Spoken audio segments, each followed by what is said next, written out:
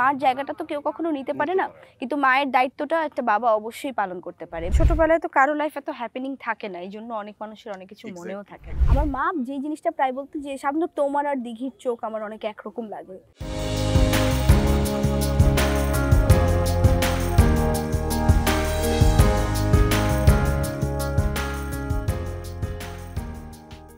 দর্শক, আজকের আকাশটা মেঘলা।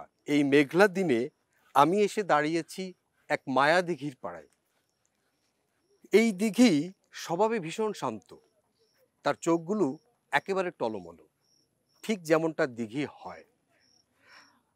আপনারা বুঝতে পারছেন আমাদের আজকের অতিথি ছেলেবুড়ো সবার প্রিয় অভিনেত্রী দিঘি। আমরা চেষ্টা করব আজকে কথায় কথায় বহুদূর যাওয়ার, যদি দিঘি রাজি থাকে। কি বলো দিঘি? হ্যাঁ, একদমই তাই। আমরা একটা কথা প্রায় বলি যে এই জন্ম থেকেই তারকা, অনেকের বেলায় বলি, আবার বলি জন্ম থেকেই জ্বলছি। আমার ধারণা এই কথাটা একমাত্র তোমার বেলায় বেশি প্রযোজ্য। ও থ্যাংক ইউ। যাক, থ্যাংক ইউ সো মাচ। কারণ তুমি যেই বয়সে তারকা হইছো সেই বয়সে আসলে অনেক বাচ্চা কথা বলাও শেখে না। আমার ধারণা গ্রামীণ ফোনের যে বিজ্ঞাপনটা দিয়ে তুমি সারা দেশের মানুষের একদম নয়নমণি হয়ে গেছো, তখন তোমার বয়স কত ছিল? তখন আমার 3.5 বছর, আই গেস। 3.5? হ্যাঁ, কিন্তু লাকিলি আমার সব মনে আছে, এটা হচ্ছে কথা। এটা কিভাবে সম্ভব? এইটা একটা মিরাকেলই আমি বলবো, কারণ ওই সময় যারা আমাকে দেখেছে, যারা আমার সাথে আলাপ করেছে, মোটামুটি আমার সবই মনে আছে এবং মোটামুটি আমি অনেক কথাই বলতে পারি। তো সেই মানুষগুলো যখন শুনে যে আসলে তাদের সাথে মিলে যায় ভাবনাটা, তখন তারা খুব অবাক হয় যে আসলে কিভাবে দিঘির এত কিছু মনে আছে। তো আমি মনে করবো এটাও একটা গড গিফটেড জিনিস। বিজ্ঞান বলে যে 4 বছর বয়সের আগে মানুষের কোনো কিছু মনে থাকে না। তুমি 3.5 বছর বয়সের কথা সব মনে রাখছো। আমার ধারণা এটা মনে রাখার একটা কারণও আছে, কারণ বড় হওয়ার পরে তুমি আবার সেই বিজ্ঞাপনটা দেখছো, সবার রিয়াকশন পাচ্ছ। এটা একটা কারণ হইতে পারে। হতেই পারে, আবার এটাও একটা কারণ হতে পারে যে আসলে ছোটবেলায় তো কারো লাইফ এত হ্যাপেনিং থাকে না, এই জন্য অনেক মানুষের অনেক কিছু মনেও থাকে না। কিন্তু আমি ছোটবেলায় এত অভিজ্ঞতা নিয়েছি, এত জিনিস আমার সাথে হয়েছে আশেপাশে, এই জন্য হতে পারে মনে আছে। আচ্ছা, গ্রামীণ ফোনের সেই যে সংলাপটা ময়না পাখি, এই এত লম্বা একটা সংলাপ তুমি মুখস্থ করছো কিভাবে এই 3.5 বছর বয়সে? এটা আমার একদিন লেগেছিল মুখস্থ করতে, আমি যদি ভুল না হই। হ্যাঁ। প্রথমে তো আমাদের স্ক্রিপ্টটা দিয়ে যায় বাসায় এসে আমার ডিরেক্টর। তো স্ক্রিপ্টটা দিয়ে যাওয়ার পর আমার মার সাথে সে আলাপ করে যে এরকম এরকম এইটা ওর বলতে হবে পুরো ডায়লগটা। তো আমার মা তখনই খুব টেনশনে পড়ে যাচ্ছে, এত বড় ডায়লগ বলবে। তো সে বলে যে যেভাবেই হোক উনা মানে ওকে একটু ইয়া করেন, একটু মুখস্থ করান, কিংবা যেভাবেই হোক একটু ওকে শিখান। তো পুরো একটা দিন আমার মনে আছে আমার মা আমার কানের সামনে ডায়লগটা বলছে তো বলছে, বলছেই তো বলছে। আমি খাচ্ছি, সে আমাকে পড়ে পড়ে শোনাচ্ছে, আবার খাওয়াচ্ছে, আবার একটু পরে সে আমাকে বলছে, এবং সে আমাকে একটু পরে বললো যে এইটা রাতে তোমাকে আমি পুরোটা ধরবো। আচ্ছা, আমি কিন্তু পুরো, এটা তোমার একটা পরীক্ষা, এটা রাতে আমি তোমার কাছে পুরোটা শুনতে চাবো, যতবার আমি বলবো তুমি আমার সাথে সাথে বলবে, মুখস্থ করবে। এবং রাতে আমি মোটামুটি আসলেই পুরোটা পেরেছিলাম। আর পরের দিন যেটা ছিল, যে পরের দিন আমরা ডিরেক্টর সহ আমরা কস্টিউম কিনতে যাব একসাথে টিভিসির জন্য। আমাকে ট্রায়াল দিয়ে তারা কস্টিউম কিনবে।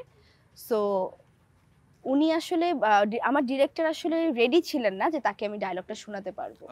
তো আমরা গিয়েছিলাম বসুন্ধরা সিটি শপিং মলে কস্টিউম কিনতে, এবং একদম মনে আছে আমার সেন্টারে দাঁড়িয়ে আমার মা বলছিল ও কিন্তু ওটা মুখস্থ করে ফেলছে। তো আমার ডিরেক্টর বলছে যে দেখি মা, শোনাও তো তাহলে কি মুখস্থ করছো। তো আমি পুরো ডায়লগটা এক নাগাড়ে বলে গেলাম, এবং আমার একদম এখনো কানে বাজে যে উনি পুরো শপিং মলের মাঝখানে দাঁড়িয়ে একটা চিৎকার দিল, ফাটাফাটি, এইটাই আমি চাই। সেই ছোটবেলার যে সংলাপটা আমাদের এখনো, আমাদের প্রজন্মের অনেকেরই সেটা মুখস্থ। আমার খুব দেখার ইচ্ছা বা জানার ইচ্ছা, বড়বেলায় দিঘি সেই সংলাপটা কিভাবে দেয়, মানে সেটা কেমন শোনায়, মানে সেটার সঙ্গে নিশ্চয়ই একটু অভিজ্ঞতা একটু মিক্সড হবে। দিঘির নায়িকা জীবনের একটা ছোঁয়া থাকবে। বলো তো একটু বড়বেলায় তুমি কিভাবে বলতা? যদিও এখন আর ওই টোনটা হবে না, ওই ভয়েসটা হবে না, তারপরেও আমি চেষ্টা করতে পারি। বাবা জানো আজকে কি হয়েছে, আমাদের ময়না পাখিটা না, সে আজকে আমার নাম ধরে ডেকেছে, আর এই কথাটা না মা কিচ্ছুতেই বিশ্বাস করছে না। কেমন লাগে বলো তো বাবা, আমি কি তাহলে ভুল শুনেছি? তুমি আজকে বাসায় এসে মাকে অবশ্যই বকে দিবে, আচ্ছা বাবা রাখি, তুমি তাড়াতাড়ি চলে এসো কিন্তু। চমৎকার চমৎকার। Thank you. আরেকটা ব্যাপার আমি যেটা লক্ষ্য করছি যে তুমি কিন্তু আমাদের শোবিজের এবং মিডিয়ার, প্রিন্ট মিডিয়ার, গণমাধ্যমের সবার কোলে কোলে বড় হয়েছো এবং বলতে একটু ইতস্তত বোধ করতেছি, একটু বিব্রত বোধ করতেছি। আমিও কিন্তু ছোটবেলায় তোমাকে কোলে নিয়েছি এবং বেশ কয়েকবার। আমার মনে আছে তোমার বাবা এবং মা, তখনও তোমার মা ছিলেন। আমার একটা জিনিস খুব লাগে, তোমার মা যখন মারা যায় তখন তোমার বয়স কত ছিল? 9? তখন আমার বয়স 9। উনি 11 সালে মারা যায়। তুমি তখন মানে কি বুঝতা যে মা মারা গেছে বা সবাই বলছে, তখন তোমার তারও 26 মাস আগে আমার মা অসুস্থ হয়। দীর্ঘদিন উনি সো অসুস্থ ছিলেন। যেহেতু সে অনেকদিন অসুস্থ ছিল, একটা ব্যাপার থাকে যে আসলে মানে সময়ের সাথে সাথে না চাইলেও ওই ম্যাচুরিটিটা চলে আসে। আমি দেখছি আমার মাকে টেক কেয়ার করছে, আমরা সবাই টেক কেয়ার করছি, বাবা টেক কেয়ার করছে, তার সাথে আমি হসপিটাল দৌড়াচ্ছি। মানে ওই সময়ের আমার একটা বড় সময় গিয়েছে যে আমি হসপিটালে যাচ্ছি, যেটা হয়তো বা একটা 7 বছরের বাচ্চা হসপিটাল কি হয়তো বা বুঝে না। আমি হসপিটালে থেকেছি রাত্রেবেলা, এমনও হয়েছে। আমার মা যখন তখন একটা বেসরকারি হাসপাতালে ছিল, তখনও আমি তার সাথে থেকেছি। আমরা গ্র্যাজুয়ালি খুব লাস্টের দিকে এসে হসপিটাল চেঞ্জ করেছি, তখন আমরা হুটহাট করে বের হতে হয়েছে, রাত 2টা কি 3টা চলে গিয়েছি, সারা রাত জেগেছি। আমি দেখতাম আমার মার খাবার আলাদা করে বানানো হচ্ছে বাসায়, যেহেতু সে লিকুইড খাবার খেত ওই সময়। সো এগুলো দেখতে দেখতে না একটা একটা এক্সপিরিয়েন্স হয়ে যায়, কিংবা একটা ম্যাচুরিটি চলে আসে আসলে। এবং মৃত্যুটা কি জিনিস, ওই জিনিসটা পুরোপুরি না বুঝলেও এতটুক তো বুঝতে পেরেছি যে আসলে মানুষ মরে গেলে আর ফেরত আসবে না। সো এইটা মা আর নাই, এই জিনিসটা মানে এতটুকুই হয়তো বা বুঝতে পেরেছিলাম ওই সময় যে মা আর নেই। তো ওই জায়গা থেকে খারাপ লাগাটা কিংবা কষ্টটা ওইটাই ছিল যে মাকে আর পাবো না। কিন্তু যত দিন যাচ্ছে এখন আসলে আরো বেশি রিয়েলাইজ করি যে আসলে কি নেই, কিংবা মা না থাকলে কি হয়। একদমই তাই। এরপর থেকেই তো তোমার বাবাই তোমার মা, বাবাই তোমার বাবা। তো তোমার বাবা সুব্রত দা বলবো না, সুব্রত দা বললে তুমি আমাকে আঙ্কেল বলবা, আমি সুব্রত দাকে আঙ্কেল ডেকে নিব একবার। কোনো সমস্যা নাই। না, এটা এখন কমন হয়ে গেছে। আমার বাবাকে সবাই দাদা ডাকে, আবার আমিও তাদেরকে ভাই ডাকি। এটা হচ্ছে সিনেমার টার্মস আমরা বলি। আচ্ছা, বাবা কি কখনো মা হতে পারে আসলে? হ্যাঁ, অবশ্যই পারে, আমি মনে করি মা হতে পারে। আমি বলবো যে মার জায়গাটা তো কেউ কখনো নিতে পারে না, কিন্তু মায়ের দায়িত্বটা একটা বাবা অবশ্যই পালন করতে পারে। বাবা যদি ওইরকম হয়, দায়িত্বশীল হয়, কিংবা একটা বাবা যদি আসলে সবকিছু স্যাক্রিফাইস করতে পারে তার সন্তানদের জন্য, আমি মনে করি একটা বাবা মায়ের যেই দায়িত্ব সেটাও নিতে পারে, এবং একটা বাবা বাবার দায়িত্বটাও নিতে পারে, একসাথে দুইটাই করতে পারে, যেইটা আমি আসলে আমার বাবাকে করতে দেখেছি ছোটবেলা থেকে, এখনো অবধি দেখে যাচ্ছি। আমার যেটা মনে পড়ে, তুমি যখন ছোট ছিলা তখন তোমার সঙ্গে তোমার এক চাচা আসতো, ওনার নাম পিন্টু। ওনার নাম্বারটা আমার মোবাইলে এখনো সেভ করা আছে। কিন্তু তুমি যখন বড় হলা, দেখলাম যে তোমার সঙ্গে তোমার মামা, মানে চাচা কেন আউট হয়ে গেল, মামা কেন আসলো? ব্যাপারটা এরকম না যে আউট হয়ে গেছে। ব্যাপারটা প্রথমত হচ্ছে যখন চাচা আসতো তখন তো চাচার খুব মানে চাচার ফ্যামিলি ছিল না। তো একটা টাইম পরে সে বিয়ে করেছে, তার একটা বেবি হয়েছে। সো তার আসলে ওখানেও দায়িত্ব অনেক বেড়ে গিয়েছে। তার নিজের লাইফে আসলে তার ব্যস্ততা বেড়েছে। সবকিছু মিলিয়ে ওই জায়গা থেকে আসলে তখন আমি নায়িকা হইনি, কিংবা আমি জানতাম না যে আবার আমি সিনেমায় আসবো কিনা। তো ওই জায়গা থেকে আমি বলবো যে তারপরে হয়তো বা চাচার সাথে আমাকে দেখা যায়নি, কিংবা চাচা আমার সাথে মুভ করেনি, কিংবা অনেক জায়গায় আসলে, কারণ এটা আসলে প্ল্যান ছিল না কোনো কিছু, সে তার মতো ততদিনে লাইফ গুছিয়ে নিয়েছে। সো ওই জায়গা থেকে হয়তো বা পাইনি। আর আমি জানি না তুমি জানো নাকি না, তোমাকে বলেছি কিনা, মানে হি পাসড অ্যাওয়ে। হ্যাঁ, it's already 3 to 4 years he passed away, 3 years plus. So যার জন্য আসলে তাকে আমরা আরো পাইনি। ওই যেই সময়টা আসলে আমার গুরুতর সময়টা শুরু হলো, যে আমি নায়িকা হয়ে গেলাম, কিংবা আমি কাজ শুরু করলাম পুরো দমে, তারপরে আসলে যেহেতু সে মারাই গেল, তারপরে আমরা তাকে আসলে আর পাইনি। সে বোধহয় টুকটাক অভিনয়ও করতো। সে অভিনয় করেছিল, দুই একটা ছবি করেছে, আমার যদিও মনে আছে। আমার সাথেও একটা সিনেমা করেছিল। আচ্ছা, আর খুব একটা খারাপ খবর দিলা আমার জন্য, যেহেতু আমি তার নাম্বারটা এখন মোবাইলে রেখে। আমার খারাপ লাগছিল যে হয়তোবা তুমি জানো না, না হলে আমি আসলেই জানি না, আমি আসলেই জানতাম না। আচ্ছা, ওই বিজ্ঞাপনটা যেভাবে জনপ্রিয় হইলো, পরের বছরই সম্ভবত তুমি সিনেমায় চলে আসলা, মানে শিশু শিল্পী হিসেবে। হ্যাঁ, তোমার তখন যে অবস্থা, আমি দেখলাম যে তুমি যে ছবিটাই করছো গল্প তোমার উপর, সে শাকিব খান থাকুক, শাবনূর থাকুক, ডিপজল থাকুক, যেই থাকুক, ইভেন রাজ্জাক ছিল, ওনার সঙ্গে তোমার একটা প্রেমের গানও ছিল। ওই সিনেমাটাতে আমি ন্যাশনাল অ্যাওয়ার্ডও পেয়েছিলাম, এক টাকার বউ। সো ওই সিনেমা, এবং শুধু ওইটা না, রাজ্জাক আঙ্কেলের সাথে আমার সেকেন্ড সিনেমা ছিল হচ্ছে চাচ্চু আমার চাচ্চু, সেটা তো আমার একটা ন্যাশনাল অ্যাওয়ার্ড ছিল। সো রাজ্জাক আঙ্কেলও আমার জন্য একটা ওয়ান কাইন্ড অফ লাকি চার্মই ছিল, আমি বলবো।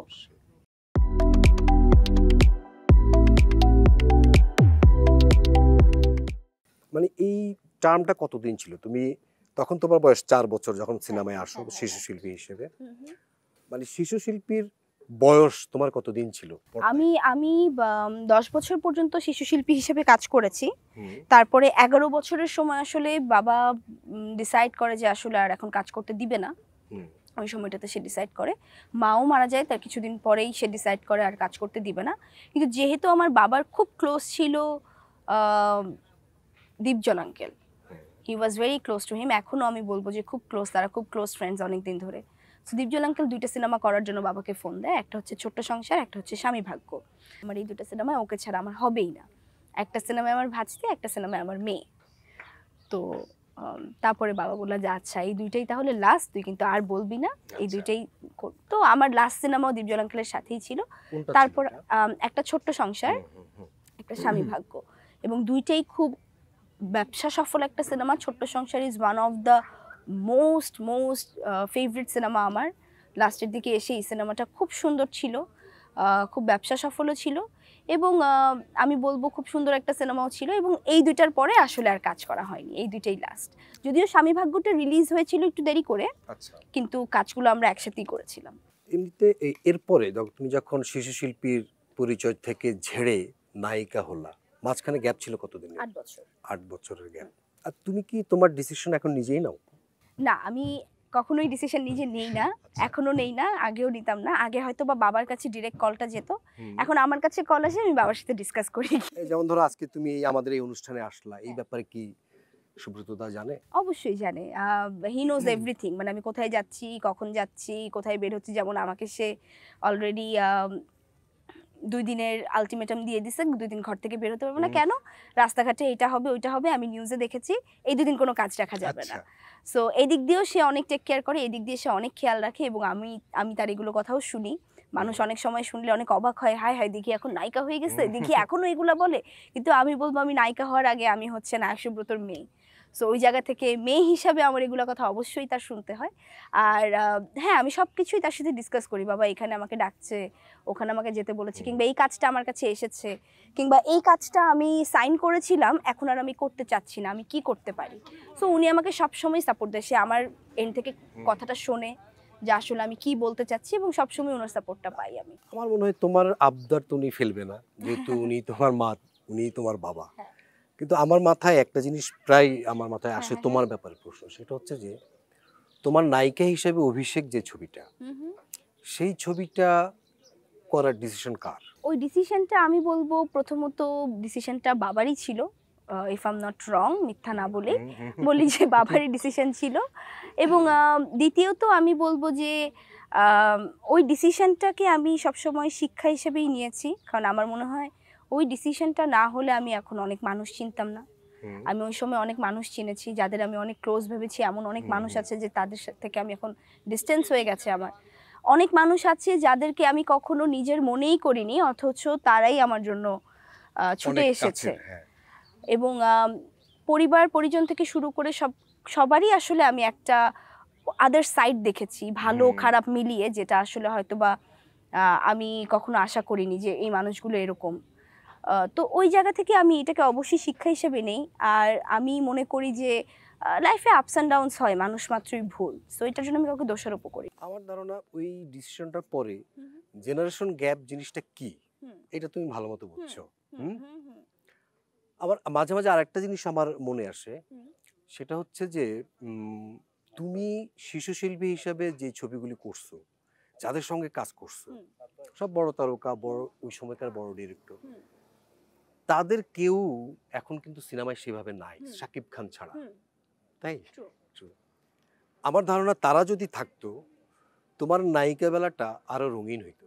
অবশ্যই অবশ্যই। এবং আমি মনে করি আমাদের ওই সময় একটা সিনেমা, দেখো আমি যদি বলি যে চাচ্চু কিংবা দাদিমা সিনেমার আমি যদি এক্সাম্পল দিই, একটা এই কথাটা প্রায় বাবা আমাকে বলে যে একটা সিনেমায় কতগুলো স্টার কাস্ট, জাস্ট দেখো একটা সিনেমায় শাকিব খান আছে, অপু বিশ্বাস আছে, একটা সিনেমাতেই দীপজল আছে, একটা সিনেমাতেই আনোয়ারা আন্টি আছে, একটা সিনেমাতেই কত স্টার কাস্টে ভরা, আলিরাজ আঙ্কেল আছে, আমার বাবা আছে, মিশা সওদাগর আছে, ভিলেনই কিন্তু 2-3টা, ডন আঙ্কেল আছে, মিশা আঙ্কেল আছে, তারপরে ইলিয়াস কোবরা আঙ্কেল, কতগুলো ভিলেন একটা সিনেমাতে।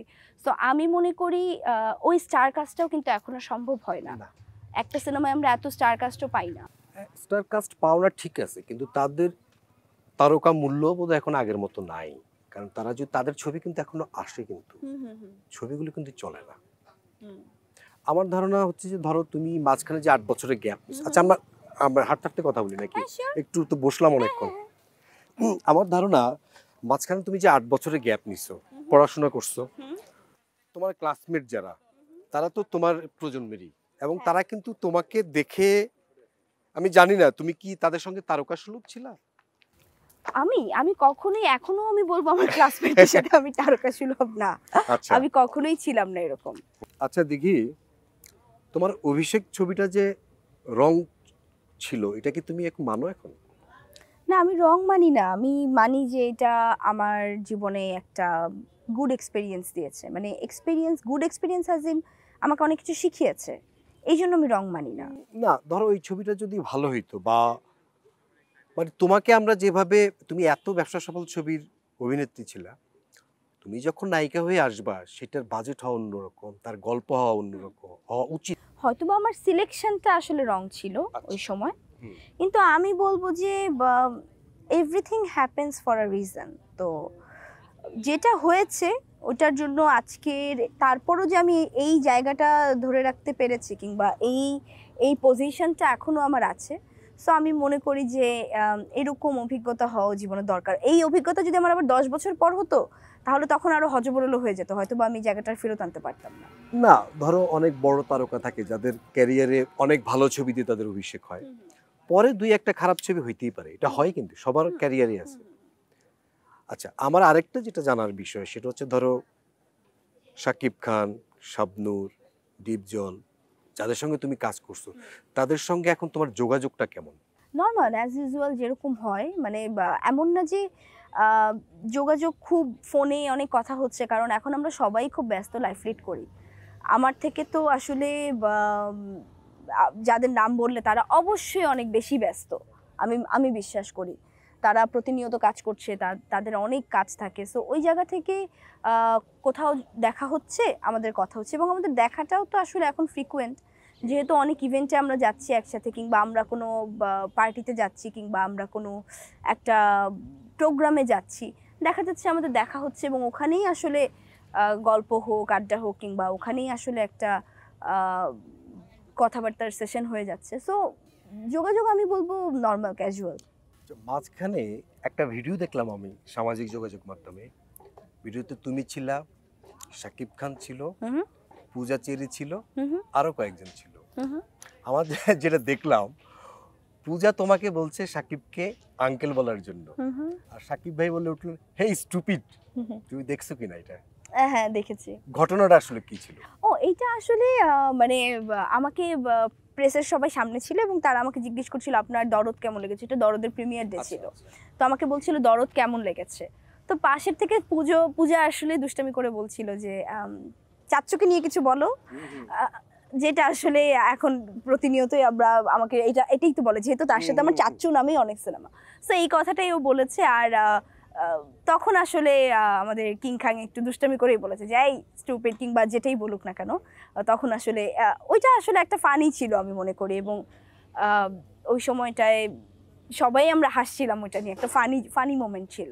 তোমার কাছে কি মনে হয় মানে শাবনূরের কোন কোন ফিচার্স তোমার সাথে মিল আছে?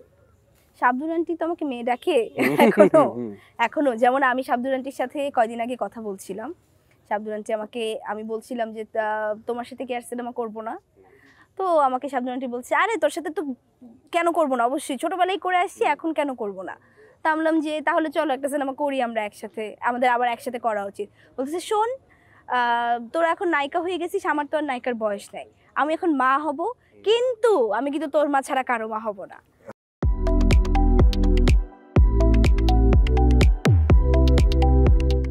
আমি কেন, বলে না আমার মেয়ে এরকমই, আমার মেয়ে তুই আমার মেয়ে, তোকেই মেয়ে মানি, আর কাউকে মানি না। তো এরকম আমরা প্রায়ই বলি, এবং সে আমাকে আসলেই মেয়ে মানে। তো আমি বলবো যে যদি সত্যি সত্যি আমাকে বলা হয় শাবনূর আন্টির সাথে আমার কি মিল কিংবা কোন দিক থেকে মিল, আমি কখনোই জানি না যে তার মতো আমি হতে পারবো কিনা কিংবা তার সাথে আমার মিল আছে কিনা। বাট একটা জিনিস আমি বা আমার মাও প্রায় বলতো, এবং শাবনূর আন্টি নিজেও খুব বলতো, আমার মা যেই জিনিসটা প্রায় বলতো যে শাবনূর তোমার আর দিঘির চোখ আমার অনেক একরকম লাগে তোমাদের। এবং আমার শাবনূর আন্টি উঠে বলতো না আপা আপনার সাথে চোখ বেশি মিল, কারণ আমার মার চোখ এরকম বড় বড় ছিল। তো শাবনূর আন্টি এভাবে বলতো যে না আপা আপনার সাথে মিল, তো এই জন্য মনে হয় দিঘির সাথে মিল, কারণ আপনার চোখ দিঘির চোখ একরকম। তো শাবনূর আন্টির চোখও অনেক বড়, আমাদের তিনজনের চোখই একরকম ছিল এই সময়। মানে আমরা রেডি হলে কিংবা আমরা সাজলে আমাদেরকে চোখ দিয়ে অন্তত একরকম লাগতো। তোমার চোখের দেখেই কি তোমার নাম রাখছে দিঘি? যেমন আমি যেরকম ইন্ট্রোতে বললাম একদম টলটলে দিঘি। আমার নাম দিঘি রাখা হয়েছে, আমার মার নাম যেহেতু দোয়েল, ওই জায়গা থেকে আমার মা দিঘি রেখেছে। আর আমার যেই লক্ষ্মীপুরের বাড়ি, ওই বাড়ির সামনে একটা দিঘি আছে একদম, মানে আমার নাম বলো তো। দিঘিটার নাম হচ্ছে জুবলি দিঘি। আমি চিনি। ইয়েস, ওইটা একদম মানে আমার গেট বাসার, আর ওই দিঘির সামনে দিয়ে আমরা হাঁটি, এবং বর্ষাকালে দিঘির পানি অনেক উঠে যায়, দেখা যায় আমাদের বাড়ির গেট পর্যন্ত চলে আসে এরকম। তো ওই দিঘিটা থেকে আমার মা একদিন হুট করে তার মনে হয় যে আচ্ছা আমার মেয়ের নাম তো দিঘিই রাখা যায়, দোয়েলের সাথেও মিলে, আবার দিঘি নামটা একটু আনকমন, এই নামটা আসলে শোনা যায় না। এখন আর আনকমন নাই, তোমার নাম রাখার পরে এখন সারা বাংলাদেশে কয়েক হাজার দিঘি আছে। আরেকটা প্রসঙ্গ আমি বলতে চাই, টিকটক প্রসঙ্গ। তোমাকে আমরা একটা সময়ে এত বেশি টিকটকে পেয়েছি, হ্যাঁ তুমি তোমার মামা মিলে, এবং আমি এটাও জানি টিকটক করার জন্য তুমি প্রচুর বকাও খাইছো। হ্যাঁ হ্যাঁ হ্যাঁ। এখন কি এই কারণে কমাই দিছো? না এখন মানে ওই সময়টা তো আমি মনে করি আমার উঠতি বয়স, ওটা আমার খুব উঠতি বয়স। আমি মাত্র ক্লাস 10-এ পড়ছি, একটা নতুন প্ল্যাটফর্ম দেখেছি যেখানে সবাই এরকম অভিনয় করছে, 15 সেকেন্ড অভিনয় করছে। তা আফটার অল আমি তো অভিনয়েরই মানুষ, অভিনয় জাতীয় পুরস্কার আমি তো অভিনয়েরই মানুষ। আমি যখন দেখবো আমাকে কেউ অভিনয় করতে দিচ্ছে একটা প্ল্যাটফর্ম এভাবে ফ্রি, আমার তো ভালো লাগবেই। আমার মনে হয়েছে যে আচ্ছা আমার প্রিয় অভিনেত্রী কারিনা কাপুর, আমি কারিনা কাপুরের একটা গানে একটু লিপসিং করি তো দেখি তো হয় কিনা। আমি মনে করেছি আমার প্রিয় অভিনেত্রী শাবনূর আন্টি, আমি শাবনূর আন্টির একটা ডায়লগ বলি দেখি হয় কিনা, কিংবা আমি মাধুরী দীক্ষিতের একটা ডায়লগ বলি দেখি হয় কিনা। এটা জাস্ট ওই সময় একটা মানে হঠাৎ ভালো লাগা, বয়সের একটা ব্যাপার একদমই। এবং টিকটকটা তো প্ল্যাটফর্মটা তো এখনো যথেষ্ট জনপ্রিয় একটা প্ল্যাটফর্ম। এখন টিকটক থেকে আর্টিস্ট সিলেকশন হয়, টিকটক থেকে মানুষ নাটক করছে, টিকটক থেকে মানুষ আইটেম সং করছে, টিকটক থেকে মানুষ অনেক কিছু করছে। ওখান থেকে এখন ওটা একটা এখন অনেক বড় প্ল্যাটফর্ম হয়ে গেছে। ওটা এখন মানে আমি বলবো ছোটখাটো একটা অডিশন সেন্টার এটা। এটা নিয়ে আমি তোমাকে দুইটা প্রশ্ন করি। এক, তুমি কি মনে করো কিনা টিকটক বা রিলস থেকে অভিনয়ে আনা উচিত ডিরেক্টরদের? আমি মনে করি যদি আমাকে এই জায়গাগুলো থেকে সিলেকশন করতে হয়, আমি একটু আলাদা, আমি যদি ডিরেক্টর হই, আমি ওই অভিনেত্রীকে আলাদা আমার মতো, অভিনেতা অভিনেত্রী যে কোনো একজনকে আমি আমার মতো করে একটু গ্রুমিং করিয়ে নিব। হয়তোবা তারা জানে 15 সেকেন্ড ফোনের সামনে কিভাবে অভিনয় করতে হয়, তারা কিন্তু জানে না যে আসলে 3 ঘন্টা শুধু 3 ঘন্টা না, আমি বলবো যে আমরা যে সেই সকাল 6টা থেকে রাত 12টা পর্যন্ত শুটিং করছি, এইটার পরিশ্রমটা তারা হয়তোবা জানে না। এই বড় ক্যামেরার সামনে দাঁড়িয়ে এক নাগারে ডায়লগ বলে যাওয়া, সিচুয়েশন বুঝা, ঘামছি, শীত লাগছে, কিছুই গায়ে লাগছে না তাদের। এটা এই জিনিসটার গ্রুমিং অন্তত দরকার, যে আসলে শুটিংটা কি, একটা প্ল্যাটফর্মে এসে কাজ করাটা কি, বড় পর্দা ছোট পর্দা যেটাই হোক ওটা কি। আমি বলবো এই জিনিসগুলো যদি একবার কেউ শিখে ফেলতে পারে তখন সে ইজিলি অভিনয় করতে পারবে। আরেকটা যেটা প্রশ্ন, আসলে এটা প্রশ্ন না, সেটা হচ্ছে যে তোমার সঙ্গে কিন্তু তোমার মামা জনপ্রিয় হয়ে গেছে অনেক বেশি। ইদানিং অবশ্য তার সম্পর্কে অনেক কথা শোনা যায়, আমি সত্য মিথ্যা জানি না, তোমার কানে গেছে কিনা এসব? না আসলে কি শোনা যায় আমি জানি না, মানে সবিজে তার বেশ আনাগোনা প্রভাব, অনেক নায়িকার সঙ্গে তার আলাদা করে, এখন তোমার সঙ্গে না করে অন্যদের সঙ্গে করে। আচ্ছা সে এখন মানে আমি যেহেতু এখন ব্যস্ত, আমি আসলে আমার নিজের টিকটক আইডিতেই আমি আসলে কোনোভাবেই সময় দিতে পারি না ওভাবে। আমি দেখা যায় আমি নিজেই যখন ১-২টা আপলোড দেই সেটাও আমার শ্যুটের কাজই আমি আপলোড দিচ্ছি। আলাদা করে লিপসিং করে কোনো ভিডিও আসলে ওভাবে এখন দেওয়া হয় না, যেহেতু সময়ের অনেক অভাব আসলে এখন। সো সে তার মতো লাইফ লিড করছে এখন, আমি আমার মতো। After all we are a very different person. দিন শেষে আমরা যে যার বাসায় যে যার কাজেই ফেরত যাই। সো এটা তার লাইফ আমি মনে করি। টিকটক প্রসঙ্গটা যখন আসলোই, টিকটকে করতে গিয়ে কি তোমার সঙ্গে আফ্রিদির পরিচয়, যার সঙ্গে তোমার রিউমার উঠছিল, পরে তুমি অবশ্য ক্লিয়ার করছো, কিন্তু আফ্রিদির সঙ্গে কি না তোমার না না না পরিচয়? আমি মাই টিভির একটা প্রোগ্রামে গিয়েছিলাম, ওটাতে ও হচ্ছে অ্যাঙ্কর ছিল। ওখান থেকেই প্রথম দেখা পরিচয়, এবং তারপরে ওই শোটা অনেক বেশি ভাইরাল হয়ে যায় আউট অফ নোওয়্যার। মানে আমরা কেউ রেডি ছিলাম না ওটা এত ভাইরাল হবে। না, তোমাদের অ্যাটিটিউড এমন ছিল যে তোমরা বয়ফ্রেন্ড গার্লফ্রেন্ড, এবং না, না, আমার না, না। ধারণা তহিদ আফ্রিদি বলতো সেটা আচ্ছা, দুই আমি একটা জানি না। ভিডিওতে, আমার ধারণা না ছিল। না না না আমরা কখনো এরকম কথা বলিনি, আমার স্পষ্ট মনে আছে। আমি তো বলিনি।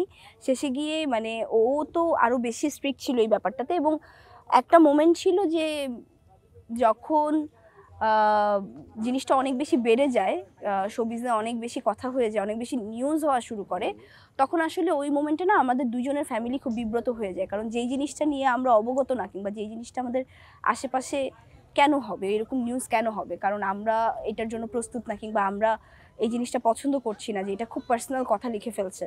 তখন এমন একটা সময় এসেছিল যে ১ থেকে ১.৫ বছর আমরা কথাই বলিনি ঠিক মতো, দেখা করা অফ করে দিয়েছি, যে হয়তোবা আমাদের অ্যাপিয়ারেন্সটাই প্রবলেম হয়ে যাচ্ছে। সো এই ডিস্টেন্সটাও আমরা মেনটেন করেছি, এবং তারপরে যখন আস্তে আস্তে মানুষ বিশ্বাস করা শুরু করলো যে না এরকম কিছু না, কিংবা অনেক বেশি হয়ে যাচ্ছে একটা টাইম পরে। তোমাদের তো বন্ধুত্ব ছিল, এটা তো না স্বীকার। না না না এটা হ্যাঁ? অস্বীকার কেন হ্যাঁ, করবো? সেটাই। আরেকটা বিষয় হচ্ছে, আমি মাঝখানে কোথায় যেন বলতে শুনলাম তুমি তোমার ধর্মীয় পরিচয় দিচ্ছ। ওইটা তুমি কি স্বতঃস্ফূর্ত হয়ে দিচ্ছিলা, নাকি বাধ্য হয়ে কোনো কারণে দিতে হয়েছে তোমাকে এরকম? না না বাধ্য না, আমাকে একটা কোয়েশ্চেন করা হয়েছিল, আচ্ছা, একজন মানে জার্নালিস্ট এটা অনেক কোয়েশ্চেন প্রাইভেট করেছিল। বিষয় তো আসলে। অবশ্যই প্রাইভেট বিষয়, হ্যাঁ। এবং যেহেতু এই হুম। জিনিসটা নিয়ে অনেক চর্চাও আছে, সো মানুষ আসলে অনেক সত্যিটাই জানে না, অনেক কিছুই আসলে তারা জানে না। সো ওখান থেকেই আমাকে একটা প্রশ্ন করা হয়েছিল, এবং আমার কনসার্ন নিয়েই আচ্ছা, প্রশ্নটা করা হয়েছিল যে আপনি কি বলতে ইচ্ছুক কিনা। তো আমি আসলে মনে করলাম মানুষ না জেনে কমেন্ট করছে আমার ব্যাপারে, আমি এইটা, আমি ওইটা, আমি হ্যান, আমি তেন, এত কথা না বলে আমার একটু ক্লিয়ারেন্স দেওয়া উচিত। এবং আমি ওইখানে বলেছিলাম যে ভাই এই একবারই বলবো, এটা নিয়ে আর কোনোদিন কথা বলবো না, এটা যাদের যাদের দেখে নেওয়ার দরকার দেখে নিবে, কিন্তু আমার দায়িত্ব যেটা অ্যাজ আ আর্টিস্ট হিসাবে আমার ভুল ভ্রান্তিগুলো মেটানো, আমি আমার দায়িত্বটা পালন করেছি। এবং তখন আমি স্টেটমেন্টটা দিয়েছিলাম যে মানুষ আসলে যেটা বলছে কিংবা ভাবছে তার থেকে আমাদের জীবনটা আসলে আলাদা। তখন আমি বলেছিলাম যে আসলে আমার পরিচয়টা কি। আরেকটা বিষয় মাথায় আসলো, সেটা হচ্ছে যে কথা বলতে বলতে মাথায় আসলো, সেটা হচ্ছে যে রায়হান রাফির সঙ্গে তোমার যে একটা ঝামেলা হয়েছিল, অনেকেই জানে, আমাদের পাঠক দর্শকরা সবাই জানে, এটা কিন্তু মিটেও গেছে। এরপরে কিন্তু রাফির সঙ্গে তোমার কাজ করার কথা ছিল, সেটা হয়নি কেন? রাফি জানে। এখন এমনিতে তোমাদের মধ্যে কথা হয় মানে? হ্যাঁ আমরা তো নর্মাল, আমরা তো তার কিছুদিন পরই নর্মাল হয়ে গেছি। এবং যেটা আমি বলবো যে এটাও তো আসলে ২-৩ বছর আগেরই একটা আগে, ঘটনা। হ্যাঁ। তো ওই ২-৩ বছর আগেও আমার মেন্টালিটি তবে একটু তুমি ডিফারেন্ট ছিল। মন খুব খারাপ করছিলে, এবং বেশ মন খারাপ ছিল তোমার। হ্যাঁ, কিছুটা তো ছিলই, এবং আমারও একটু মেন্টালিটি অন্যরকম ছিল। ওরও একটু মেন্টালিটি হয়তোবা অন্যরকম ছিল। যেটা এখন ওর সাথে কথাবার্তা বললে বোঝা যায় যে ওই রাফি এই রাফির মধ্যেও অনেক তফাৎ আছে। তো সে যদি সরি হয়, বা সরি বলা ঠিক হবে কিনা, বা সে যদি বুঝতে পারে যে কাজটা ঠিক হয়নি, তাহলে তো ইমিডিয়েটলি তোমাকে নিয়ে একটা বড় বাজেটের সিনেমা বানানো উচিত। না, এইটা আসলে ডিরেক্টরের ক্যারেক্টারের উপর ডিপেন্ড করে, কারণ তারা যেই চরিত্রগুলো নিয়ে কাজ করে ওই চরিত্রের সাথে মানে আমি যাই কিনা এটা অনেক বড় ব্যাপার আমি মনে করি। আমার ওকে নিতে হবে, আমার একটা ভুল ভাঙাতে হবে, আমার একটু ভালো সাজতে হবে, এই জন্য আমি নিয়ে নিলাম, এটাও আমি সাপোর্ট করি না। পেশাদারিত্ব তো, পেশাদারি অবশ্যই, জায়গা। এবং এই জায়গা থেকে সে অনেক প্রফেশনাল, এবং আমি এটার জন্য তাকে অনেক মানে Appreciate করো। অ্যাপ্রিসিয়েট করি, কারণ এই পেশাদারিত্বটাই অনেকে দেখাতে পারে না। অনেকে আসলে আচ্ছা আমার এই নায়িকাটাকে নিতে হবে আমি নিয়ে নিই, মানে এই নায়কটাকে লাগবে আমি নিয়ে নিই, চিন্তা করলাম না যে আসলে আমার ক্যারেক্টারের সাথে যাচ্ছে কিনা। সো আমি মনে করি সে যখন রাইট টাইম মনে করবে যে ওই ক্যারেক্টার আমাকে লাগবে, সে এমনিই নিবে, কিংবা আমিও তখন কাজ করতে আরো বেশি স্বাচ্ছন্দ্য বোধ করবো। এখন পর্যন্ত যেটা দেখলাম, তুমি সিয়াম, শুভ, খায়রুল বাশার, ইয়াশ রোহান, আমি তো এদের সঙ্গেই বেশি কাজ করছি। জুনায়েদ বুগদাদি। বুগদাদি, রাইট, জুনায়েদ বুগদাদি। কার সঙ্গে তোমার কেমিস্ট্রিটা ভালো মনে হয়েছে তোমার? আমার সবার সাথেই কেমিস্ট্রি ভালো তা ছিল তো তুমি সত্যি বলতে। বলবেই, সেটা না, ঠিক আছে। এক একজনের সাথে এক এক রকম ছিল, এক এক রকম ঘটনা, এক এক রকম কাজে, এক এক রকম ক্যারেক্টারে। কিন্তু দর্শক যেমন আমাকে ইয়াসের সাথে খুব পছন্দ করে, ইয়াসের সাথে, ইয়াস আসলে আমার খুব ভালো বন্ধু, এই জন্য হতে পারে যে ওর সাথে কেমিস্ট্রিটা খুব দেখতে ভালো লেগেছে, ওই জায়গা থেকে হতে পারে। আর খুব হেল্পফুল একজন কো অ্যাক্টর।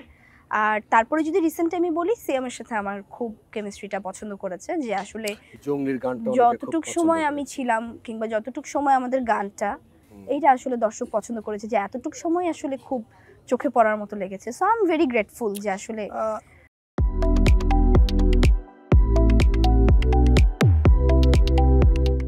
ঠিক আছে, গানটা ভালো, তোমাদের ভালো লাগছে দেখতে, কিন্তু ছবিতে আমার কাছে মনে হচ্ছে তোমার ডিউরেশন আরো বেশি দরকার ছিল।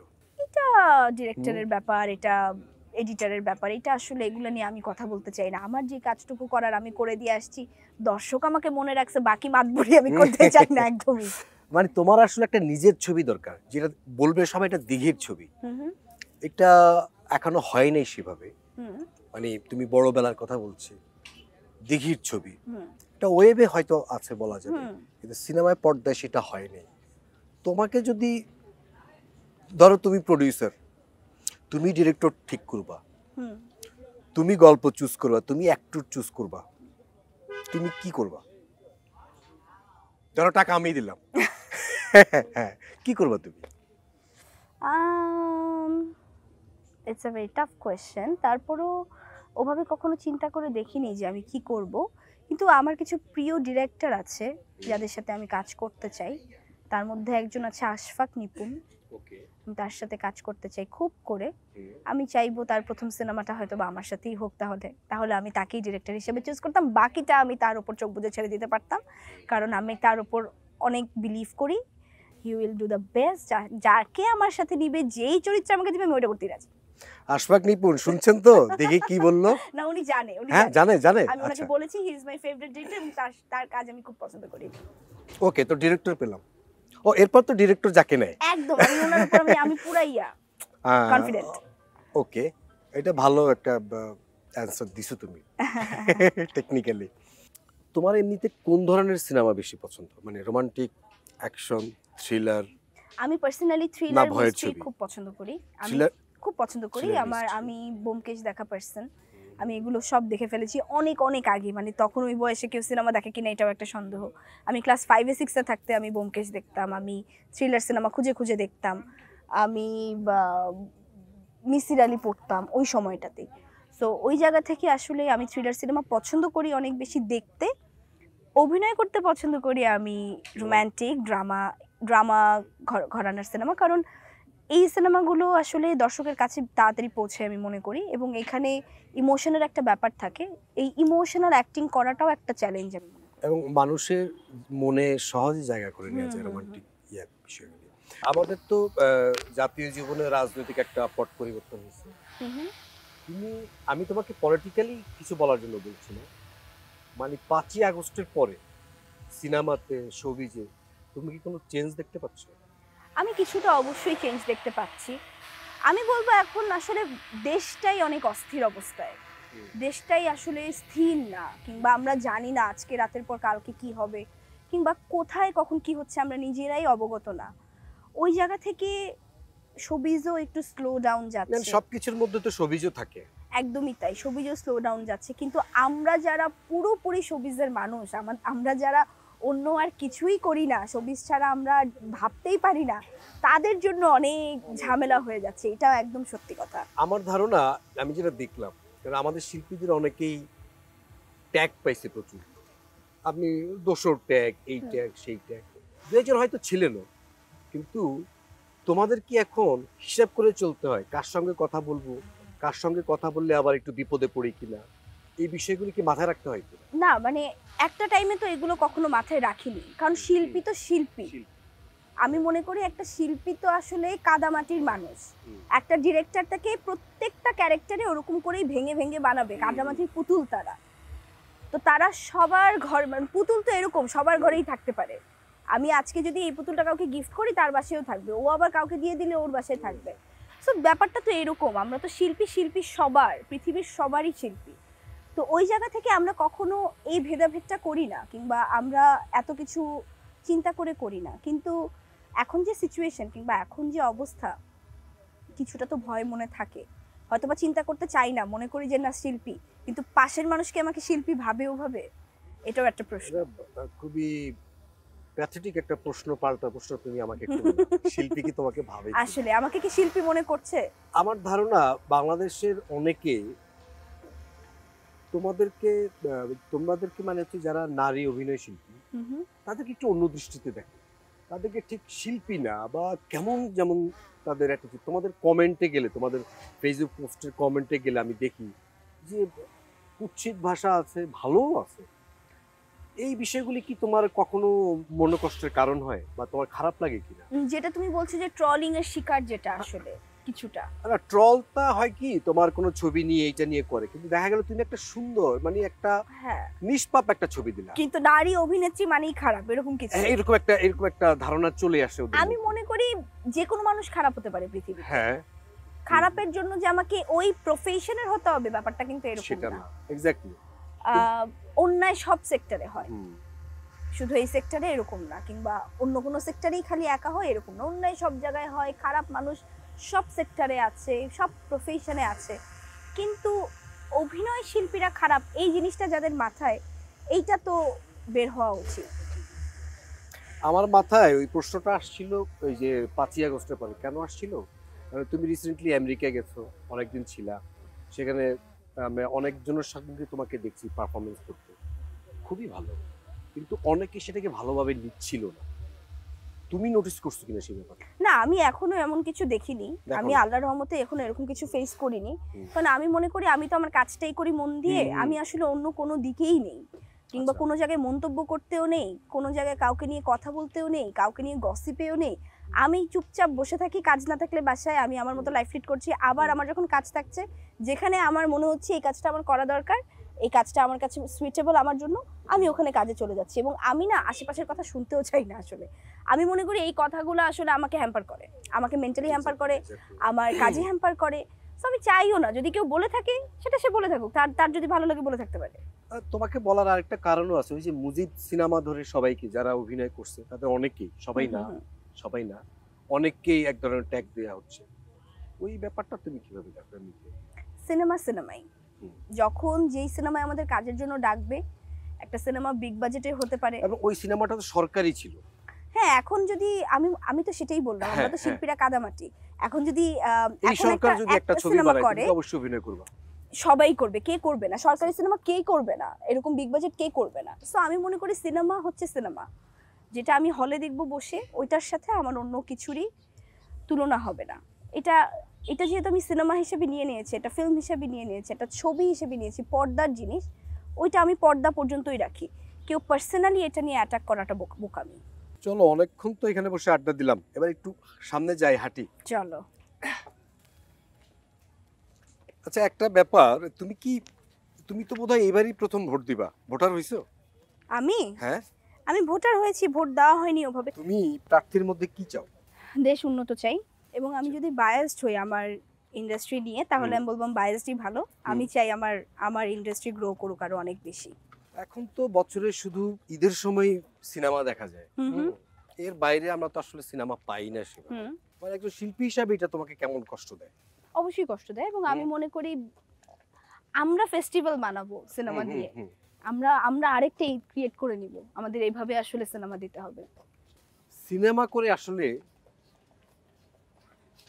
দেশ ও দশের কি সেবা করা সম্ভব, তোমার কি মনে হয়? আমরা সিনেমার দ্বারা অনেক মেসেজ তো দিতেই পারি মানুষকে, যে মেসেজগুলো হয়তো বা আমরা মুখে সবাইকে বলতে পারি না। যেহেতু সিনেমাটা সবাই দেখে, সিনেমাটা একটা এন্টারটেনমেন্টের জায়গা, যেহেতু সিনেমাকে ওভাবে মানুষ গ্রহণ করে, সো আমরা একটা ভালো মেসেজ যেমন দিতে পারবো, খারাপটাও যেমন দিতে পারবো, ভালোটাও দিতে পারবো। এবং আমরা সিনেমা দ্বারা অনেক কিছু বুঝিয়ে দিতে পারি, যারা হয়তো বা পড়ে বুঝবে না, কিংবা যারা হয়তো বা শুনে বুঝবে না, তো দেখলে কিন্তু ওই জিনিসটা ইজিলি বুঝবে। একটা বর্ণনা, একটা ক্যারেক্টার, একটা যে কোনো জিনিস, দর্শক বলতে পারবে যে তারা কি মেসেজ একসেপ্ট করেছে। আমি তো আসলে গল্প দেখেই কাজ করি। গল্পে আমি যখন পড়ি, আমি একভাবে পড়ি, দর্শক যখন দেখবে, প্রত্যেকটা মানুষের ভিউ তো আলাদা। কেউ হয়তো বা জঙ্গলি দেখে মনে করেছে বাবা মেয়ের সম্পর্কটাই, কেউ হয়তো বা মনে করেছে আমার ক্যারেক্টারটা খারাপ এই জন্য জঙ্গলি হয়ে গেছে। সো এক একজনের ভিউ আসলে এক এক রকম। সো এক একজন এক একভাবে মেসেজ দিবে, এটাই তাদের, এটা আসলে পাঠকরা দর্শকরা বলতে পারবে যে কি তারা। পাঠকদের কথা যেহেতু বললা, তুমি কি বই পড়ো? হ্যাঁ কিছুটা, কিছুটা? অনেক বেশি না, কি ধরনের বাট বই কিছুটা। পড়ো?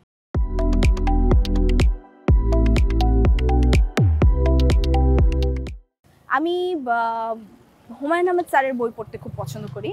আমি তার অনেক মিসির আলী পড়েছি, আমি তার কিছু অন্যান্য গল্পও পড়েছি। আবার আমি শরৎচন্দ্রের 2টা গল্প পড়েছি, আমি বিভূতিভূষণের 2টা গল্প পড়েছি। বিভূতিভূষণ? এক্স্যাক্টলি। ওরে বাবা, এটা তো কঠিন ব্যাপার। বেশি কঠিন ব্যাপার, হ্যাঁ। এই জন্য 2টার বেশি হয়তো বা পড়তে পারিনি, কিন্তু আমার ইচ্ছা আছে সামনে আসলে তাদের আরো গল্প পড়ার। যেহেতু একটু কঠিন এই জন্য সাহসটা একটু কম পাই, কিন্তু এখন আসলে সময়ের অভাবে বইটা একটু কম পড়া হয়, বাট আমার বই পড়তে ভালো লাগে। আর এমনিতে তোমার পড়াশোনার কি অবস্থা? আমি এখন ইউ ল্যাবে পড়ছি, 3rd ইয়ারে পড়ছি, 3rd ইয়ারও শেষের দিকে, প্রায় 4th ইয়ারে উঠে যাব। এই তো চলছে।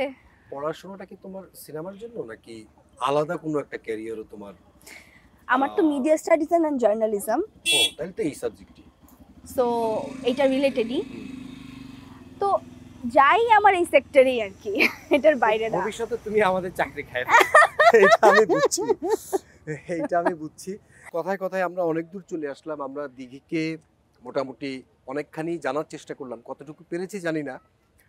দিঘি, এবার তুমি তোমার অভিজ্ঞতা কথা বলো। আমরা কি বললাম, কি জানলাম, কেমন লাগছে তোমার? অনেক দিন পর অনেক কথা বলা, অনেক প্রসঙ্গে কথা বলা, ভালোই লেগেছে। আর সবকিছু মিলিয়ে আসলে আমি